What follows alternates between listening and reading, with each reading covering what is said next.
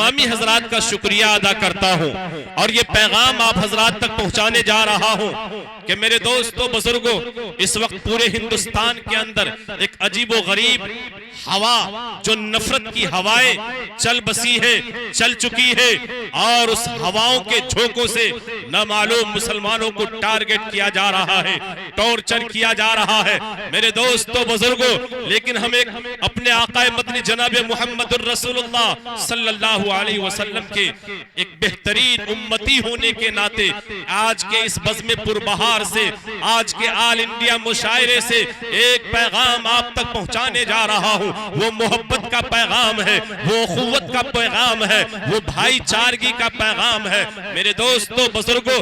चूंकि हम तमाम के तमाम दुनिया में बसने वाले लोग, चाहे वो मुसलमान धर्म से ताल्लुक रखने वाले हो, चाहे वो हिंदू धर्म से ताल्लुक रखने वाले हो, चाहे वो यहूद और नसारा क्यों नहीं हो, चाहे वो सिख और ईसाई क्यों नहीं हो, मेरे दोस्तों बुजुर्गों, इंसान होने के एतबार से, मनुष्य होने के एतबार से हर इंसान, हर तमाम के तमाम लोग जो है एक कुंबे के लोग हैं, एक माँ बाप की संतान है, एक माँ बाप की औलाद है मेरे दोस्तों। ये अलग बात है कि उस एक फर्द, उस एक इंसान जहां से इंसानी नस्ल चलती है, जिसे हम और दादा आदम अला नबीना अलैहिमुस्सलातु वस्सलाम कहते हैं मेरे दोस्तों, जिसे हम दादा आदम अला नबीना अलैहिमुस्सलातु वस्सलाम कहते हैं। आप बिरादराने वतन की ग्रंथों को पढ़िए, आप बिरादराने वतन की किताबों को पढ़िए, आपको पता चलेगा उसी आदम को बिरादराने वतन की किताबों के अंदर, ग्रंथों के अंदर, उनके मजहबी किताबों के अंदर मनु जी कहा गया है मेरे दोस्तों बुजुर्गों। वो पहली खातून जहां से इंसानी नस्ल चली है, हम और आप माई हव्वा अलैहिस्सलातु वस्सलाम कहते हैं। आप बिरादराने वतन की ग्रंथों को पढ़िए, आप बिरादराने वतन की किताबों को पढ़िए, आपको अंदाजा होगा, आपको जानकारी मिलेगी उसी पहली खातून को, उसी पहली खातून को जिसे हम और आप माई हव्वा अलैहिस्सलातु वस्सलाम कहते हैं। आप बिरादरान वतन की किताबों को ढूंढिए तो आपको पता चलेगा पहली खातून का नाम शत्रुहा है। पता चला हम लोगों के अम्मा अब्बा एक, दुनिया में जितने धर्म के लोग हैं तमाम के पिता और पिता एक हैं, तमाम के माँ बाप एक हैं, हम तमाम के तमाम लोग एक माँ बाप की संतान हैं मेरे दोस्तों। आपको अंदाजा नहीं मिल रहा है तो लाइए एक कटोरी के अंदर एक मुसलमान भाई के खून को, दूसरी कटोरी के अंदर हमारे हिंदू भाइयों के खून को लाइए, तीसरी कटोरी के अंदर सिख और ईसाई भाइयों के खून को लाइए, यहूद और नसारा के भाइयों की खून को लाइए। और आपसे मैं नकीब हिंदुस्तान असलम भाई परवाना से कहूंगा कि कई कटोरियां हैं, आप बतलाइए मुसलमान का खून किस कटोरी के अंदर है और हिंदू भाई का खून किस कटोरी के अंदर है। और इतना ही नहीं, सिख भाई का खून किस कटोरी के अंदर है, ईसाई भाइयों का खून किस कटोरी के अंदर है। असलम भाई परवाना नकीब हिंदुस्तान कहेंगे कि मौलाना साहब ये खून जो है, ये खून धर्म नहीं बतलाता है, ये खून इंसानियत बतलाता है, ये खून जो है इंसानियत बतलाता है। और हम सब एक इंसान की औलाद है, हम सब एक माँ बाप के पुत्र हैं, इसलिए हमारा ग्रुप कह रहा है कि हम सब के माँ बाप एक हैं। मेरे मुहतरम बुजुर्गों और दोस्तों, इसलिए आज के इस ऑल इंडिया मुशायरे से पैगाम लेके जाइए। हमारे सामने जो भी चीज आए, जिस धर्म के जाति के लोग आए, सबका आदर करना है, सबका मान सम्मान करना है, सबकी इज्जत करनी है। हमारे सामने मस्जिद आए, उनका भी एहतराम करना है। हमारे सामने बिरादराने वतन का मंदिर पड़ जाए, उनका भी अदब एहतराम करना है। मेरे दोस्तों बुजुर्गों, मोहब्बत को आम करने की जरूरत है। आज के इस ऑल इंडिया मुशायरे से मोहब्बत के पैगाम को अपने साथ में लेकर जाइए और अपने समाज के अंदर मोहब्बत को तकसीम कीजिए। जहां मोहब्बत ने कुरान सिखाया है, कुरान ने मोहब्बत करने का तरीका और सलीका सिखाया है, हदीस पाक भी मोहब्बत करने को ईमान बतलाती है। वही बिरादरान वतन के एक पंडित महाराज से हम पूछते हैं, बिरादरान वतन के एक पंडित क्या कहते हैं? वो पंडित का भाषा, वो पंडित की जुबान, अगर आप सबकी इजाजत हो जाए तो आप तक ये पैगाम पहुंचा दो। जहां कुरान ने मोहब्बत का ऐलान किया, हदीस मोहब्बत का ऐलान कर रही है, बिरादरान वतन के पंडित महाराज का क्या ऐलान है इजाजत? क्या मैं सुना दूं वो भी? इस धरती पर बसने वाले हैं जितने निशान, अरे रखते सभी का एक ही रखते हैं, रक्त कहते हैं खून को, रखते सभी का एक ही रखते हैं और सब रखते हैं जान, सब रखते हैं जान। और जिसने सबको जन्म दिया है बड़ी उसी की शान, दूजा नहीं महान रे मूर्ख, दूजा नहीं महान, और सब है के समान, हरिजन पंडित शूद्र ब्राह्मण सैयद शेख पठान, अरे सब है एक ईश्वर के बंदे, सब है ईश्वर के बंदे, आदम की संतान, आदम की संतान। अब ये पैगाम है, अब ये पैगाम है जिस बात के लिए मैं ये दोहा पढ़ा हूं। आज हिंदुस्तान के अंदर आप मुस्लिम, आप अपने इस्लाम धर्म के एतबार से देख लीजिए तो कितने बिरादरी के लोग हैं। कोई शेख हैं, कोई सैयद हैं, कोई पैठान है, कोई राइन है, कोई अंसारी है, कोई मंसूरी है। मेरे दोस्तों बुजुर्गों, जहां कुरान ने मोहब्बत का ऐलान किया, अब ये सुनिए पंडित महाराज की जुबानी, ये कबीर दास जी का दोहा है। अब उनका पैगाम मैं आप तक पहुंचा रहा हूं कि नफरत की दीवार गिरा दे और मिलकर गाएगी, नफरत की दीवार गिरा दे और मिलकर गाएगी, अरे आपस के मतभेद मिटा कर, आपस के मतभेद मिटा कर, और बन जाए सब मीत, बन जाए सब मीत। क्यों? एक दिन आखिर सांसों की ये डोरी जाएगी टूट, कुल्लु नफ्सिन जायक़तुल मौत, हर इंसान को, हर जी रूह को मौत का मजा चखना है। मेरे दोस्तों, जो दुनिया में आया है कल उसे इस दुनिया छोड़ के जाना होगा। जाना पड़ेगा या नहीं पड़ेगा? गया है या नहीं गया है? जाने वाला है या नहीं है? जाना पड़ेगा। मेरे दोस्तों, एक दिन आखिर सांसों की ये डोरी जाएगी टूट, तो धने दौलती और महल दो महल, धने दौलती और महल दो महल, यही जाएंगे छोड़, यही जाएंगे छोड़। मेरे दोस्तों, मरने वाला मर जाता है, लेकिन कभी देखे हैं कि अपने साथ में धन और दौलत लेके गया हो? ले गया है? ले गया है? नहीं ले गया है, धन दौलत सब यहीं के यहीं रह जाएगी। इसलिए मेरे दोस्तों बुजुर्गों, हम लोगों को इस दोहे से एक नसीहत, एक पैगाम लेना चाहिए और इस नसीहत पर अमल करनी चाहिए। मैंने आपके सामने में बहुत सारे मंत्र पढ़ा है, एक मंत्र का खुलासा आपके सामने मैं करने जा रहा हूं। मेरे दोस्तों बुजुर्गों, ये धर्म इस्लाम एक ऐसा मजहब है, एक ऐसा हक्कानियत वाला मजहब है। इस मजहब की पहचान और सच्चाई ऐसी है कि दुनिया के अंदर जितने धर्म की किताबें हैं, तमाम किताबों के अंदर मजहब इस्लाम का प्रचार है।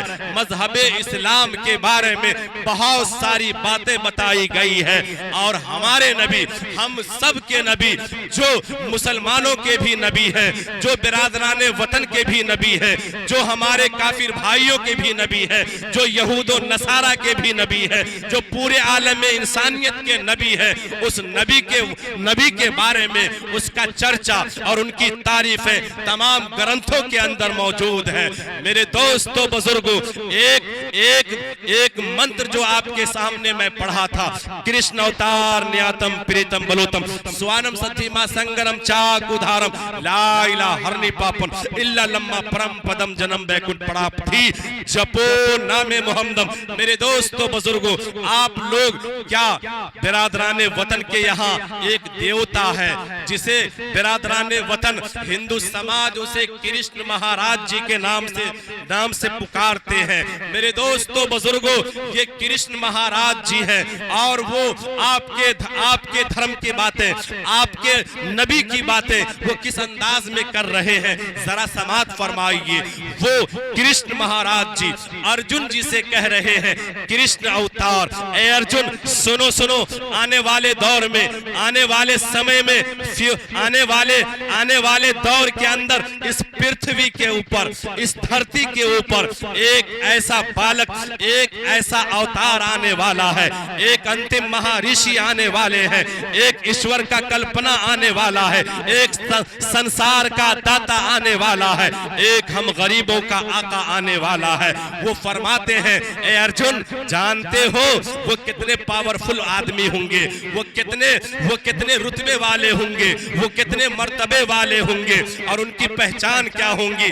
आगे फरमाते हैं, नियातम वो बहुत ही नरम मिजाज होंगे। ए अर्जुन, वो जो आने वाले अंतिम महाऋषि जो इस दुनिया के अंदर विराजमान होंगे वो बहुत ही नरम मिजाज होंगे।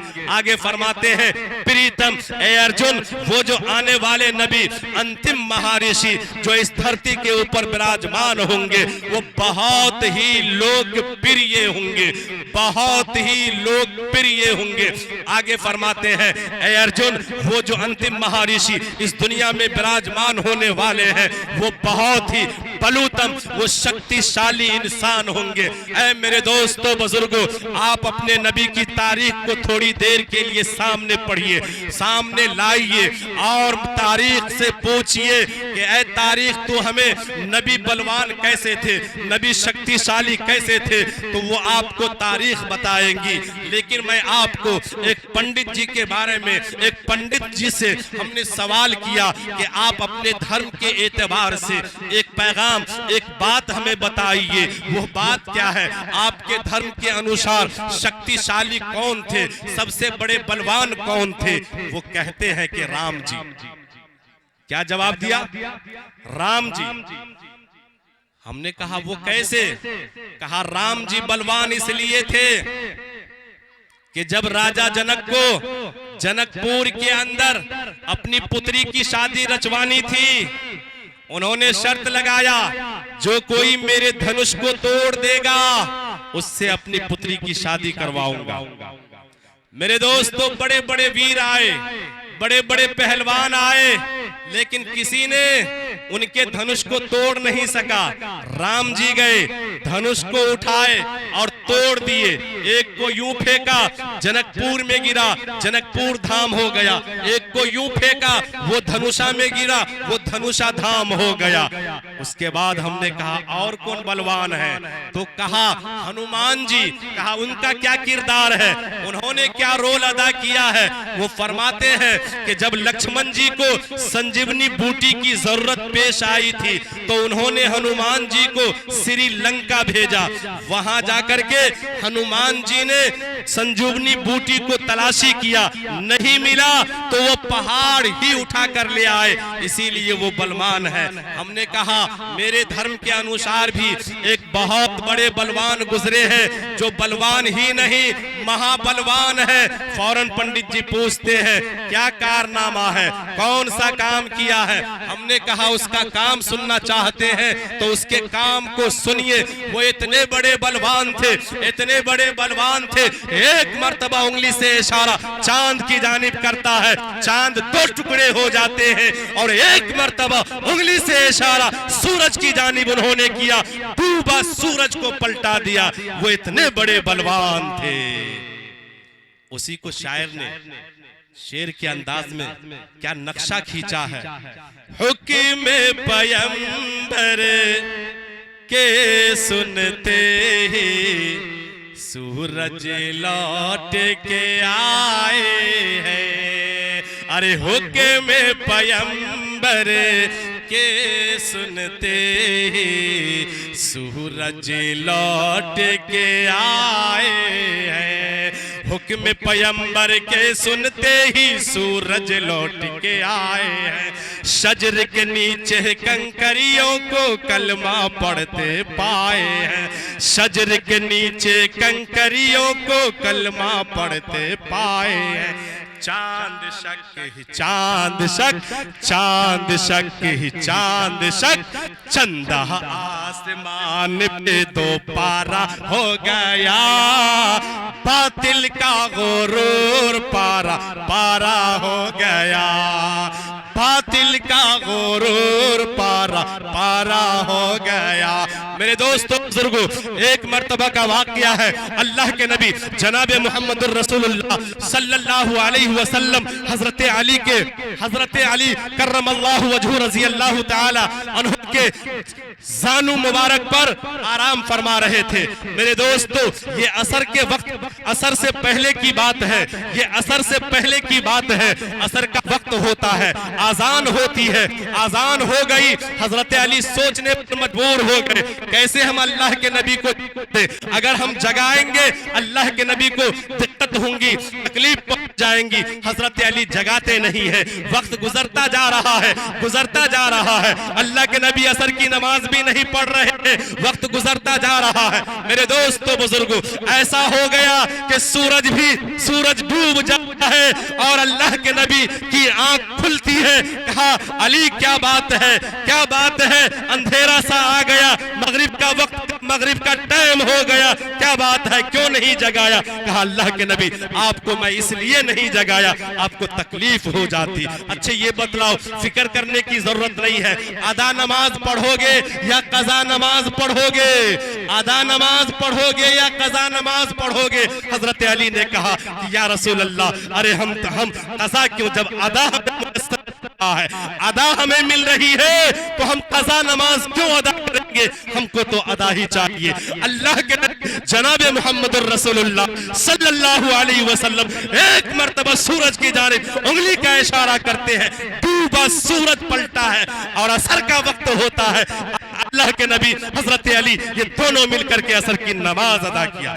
एक मर्तबा का वाकया है, अल्लाह के नबी जनाब मोहम्मद रसूलुल्लाह सल्लल्लाहु अलैहि वसल्लम गुजर रहे हैं। अबू जहल एक पेड़ के नीचे में बैठा हुआ है, सोच रहा है आज मोहम्मद को, आज भतीजा को एक ऐसा सवाल करेंगे, अगर वाकई ये अल्लाह का नबी होगा मेरे सवाल का जवाब दे देगा। मेरे दोस्तों बुजुर्गों, अबू जहल ने क्या किया, चंद कंकरियां हाथ में लिया और जब अल्लाह के नबी नजदीक आते हैं वो अबू जहल बोलता है, ऐ मोहम्मद, ऐ भतीजा, अपने आप को बहुत तू नबी होने का दावा करते हो, बताओ मेरी मुट्ठी में क्या है। अगर तूने बतला दिया मेरी मुट्ठी में क्या है, मैं हकीकत में तुम्हें नबी मान लूंगा। अल्लाह अब हजरत अक़दस सल्लल्लाहु अलैहि वसल्लम इनके लिए कोई मुश्किल नहीं। कहा आप वाकई हकीकत बोल रहे हैं, अगर मैं बतला दूं आपकी मुट्ठी में क्या है तो आप मुझे अल्लाह के नबी मान लेंगे? अबू जहल ने कहा मान लूंगा। मेरे दोस्तों, अल्लाह के नबी जनाब मुहम्मदुर रसूलुल्लाह सल्लल्लाहु अलैहि वसल्लम उंगली से इशारा अबू जहल की मुट्ठी की जानिब कर रहे हैं तो कंकरियों ने पढ़े डाला। बोलिए आप लोग, ला इलाहा इल्लल्लाह, कंकरियों ने पढ़े डाला ला इलाहा इल्लल्लाह। मेरे दोस्तों बुजुर्गों, अब आइए अल्लाह के नबी जनाब मुहम्मदुर रसूलुल्लाह सल्लल्लाहु अलैहि वसल्लम से ये मुजज़ा सादिर होने के बाद एक मर्तबा वो कहता है कि इतने सारे काम तो तू दिखला दिए, लेकिन भतीजा अगर तुम वाकई अल्लाह का नबी है तो एक और काम करके दिखला दे। अगर तू कर दिया ये काम इंसान नहीं कर सकता है, जो अल्लाह का बरगुज़ीदा नबी और पैगंबर होगा वही कर सकता है। कहा चचा जान बोलिए, हुक्म कीजिए, काम क्या है? कहा ये जो चंद्रमा है, ये जो चांद है, इस चांद को अगर दो टुकड़े कर डालोगे हम तुम्हें वाकई में अल्लाह का नबी मान लेंगे। कहा कि ठीक है, आप अगर मेरे इस बात पर मैं अगर इस पर अमल दरामद आ गया, अगर मैं इस काम को दिया तो क्या हमें आप अल्लाह का नबी मान लेंगे? कहा भतीजा मान लूंगा। उंगली से इशारा चांदी के जानिब सारे इंसान करते हैं। अरे उंगली से चांदी को दो टुकड़े करना सबके बस की बात नहीं। उंगली से चांद को दो टुकड़े करना सबके बस की बात नहीं। अब आइए इन्हीं तीनों मोजेज़े को शायर ने क्या खूब कहा है कि मेरे दोस्तों, हुक्म पैगंबर के सुनते ही सूरज लौट के आए हैं और शजर के नीचे कंकरियों को कलमा पढ़ते पाए हैं। हुक्म पैगंबर के सुनते ही सूरज लौट के आए हैं, शजर के नीचे कंकरियों को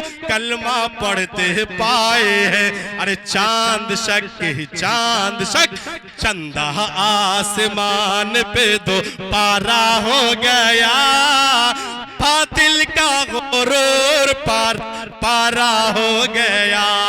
दौरे नबी जब आशिकारा हो गया, बातिल का गुरूर पारा हो गया।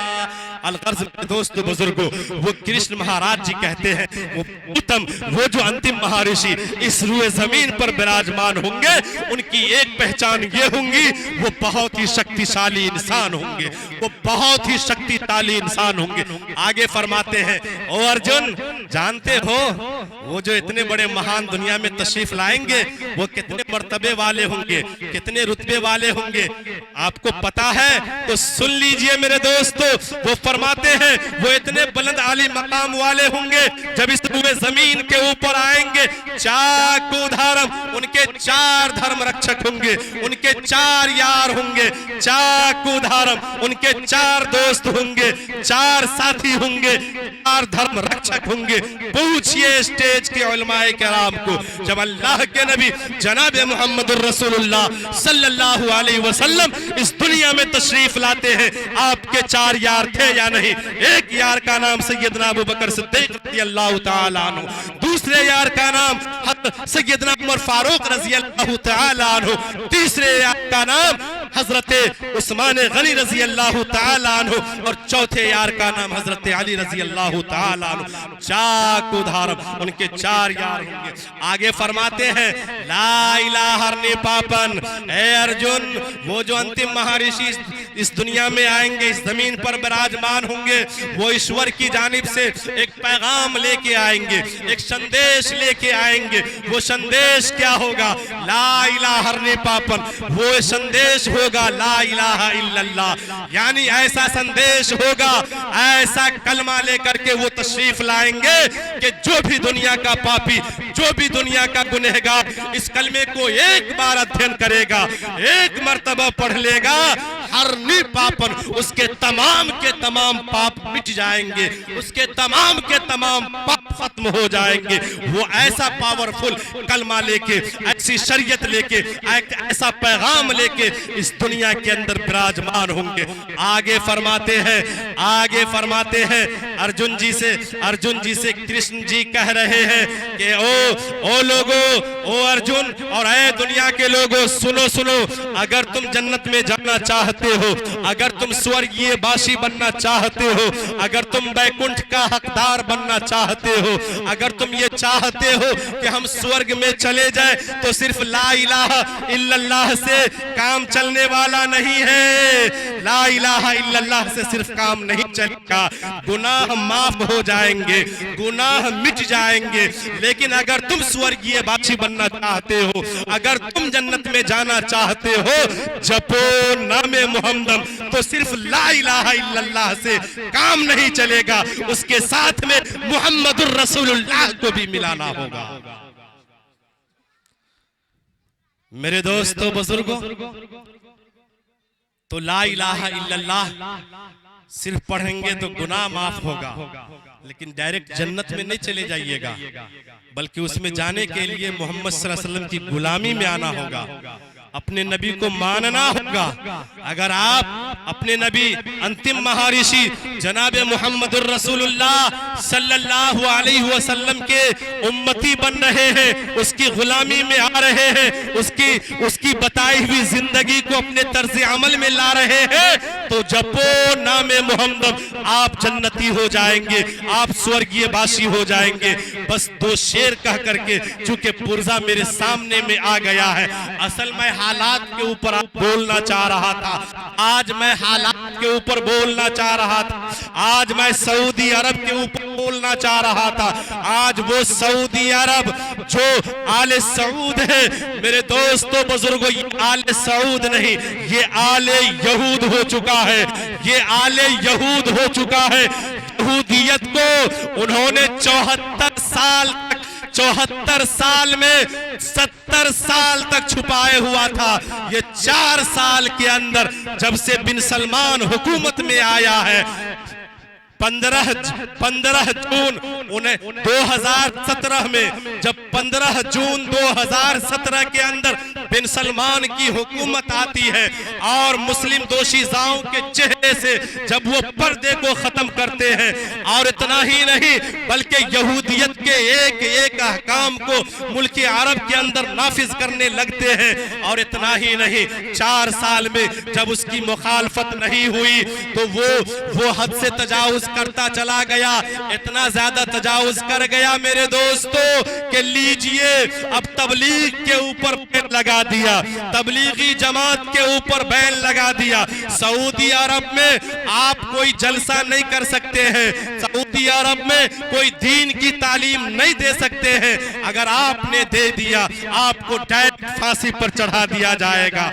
आपको फांसी दे दी जाएगी। मेरे दोस्तों बुजुर्गों, मैं तो इस मौजू के ऊपर बोलने के लिए आया था, लेकिन मुझे हुक्म मिला था कि नहीं, पहली बार आपकी हाजिरी हुई है, चतुर्वेदी के ऊपर बोलिएगा। समय मुझे फकत आधा घंटा दिया गया था, चूंकि ऑल इंडिया मुशायरा होना है। मेरे दोस्तों बुजुर्गों, अगर कभी अल्लाह ने मौका दिया तो मैं आपके सामने में सऊदी अरब के बारे में, कि सऊदी अरब आज से 74 साल पहले ये सऊदी अरब नबी का गुलाम था, जिस वक्त के खिलाफत उस्मानिया की हुकूमत सरजमीन हिजाज के अंदर थी। उस वक्त सऊदी अरब नहीं बना, 2 खानदान के लोगों ने, एक खानदान का नाम आले सऊद होता है, दूसरे खानदान को आलु शेख कहा जाता है, जो मोहम्मद इब्ने अब्दुल वहाब होते हैं।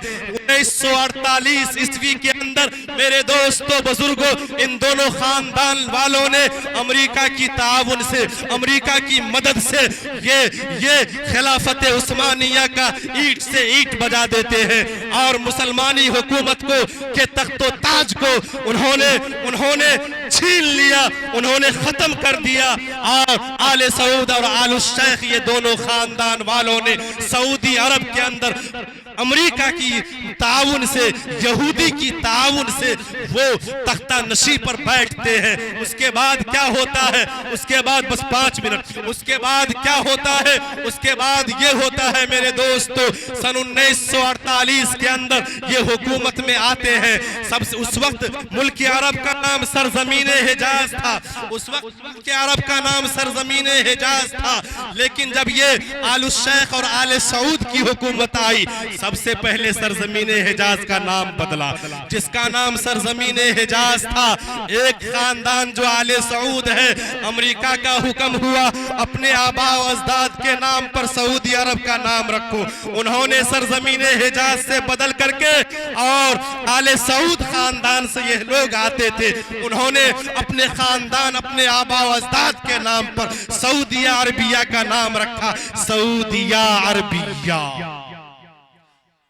खानदान के लोग मोहम्मद बिन अब्दुल वहाब, मेरे दोस्तों अमेरिका ने कहा, यहूदी ने कहा, अभी तक तुम लोग अरब के अंदर अहले सुन्नत वल जमात मसलक को मानते थे, अब इस मसलक से काम करने वाला नहीं है, मसलक को चेंज करो और अपने खानदान के नाम पर मसलक को खड़ा करो। चुनांचे उन्होंने अब एक मसलक खड़ा किया, एक मसलक जो अहले सुन्नत वल जमात से हट करके एक मसलक खड़ा किया, वहाबी मसलक। मेरे दोस्तों बुजुर्गों, ये वहाबी ये 1948 से परवान चढ़ रहा है।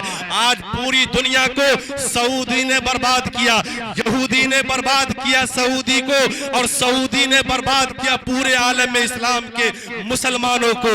आज वहां फहाशी हो रही है, आज वहां कदम कदम पे शराब खाने खोले जा रहे हैं, आज वहां रंडियों को ला करके और नचाया जा रहा है। मेरे दोस्तों बुजुर्गों, इसलिए मैं इंशाअल्लाह कभी अल्लाह ने मौका दिया तो यह बात आपके सामने रखूंगा।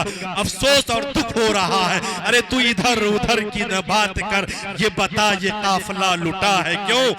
तू इधर उधर की न बात कर, ये बता कि काफिला लुटा है क्यों? मुझे रहजनों से गिला नहीं, तेरी रहबरी का सवाल है। और मेरे रसूल पाक की सुन्नत को छोड़कर, मेरे रसूल पाक की सुन्नत को छोड़कर काफिर के जैसे जिसके गुनाहे जुमूद है, तैबा की पाक धरती पे बनवाए फिल्म हाल, आले सऊद हो नहीं सकता यहूद। अल्लाह पाक से दुआ है, अल्लाह पाक हम तमाम लोगों को कहने सुनने से ज्यादा अमल की तौफीक अता फरमाए। आमीन या रब्बल आलमीन।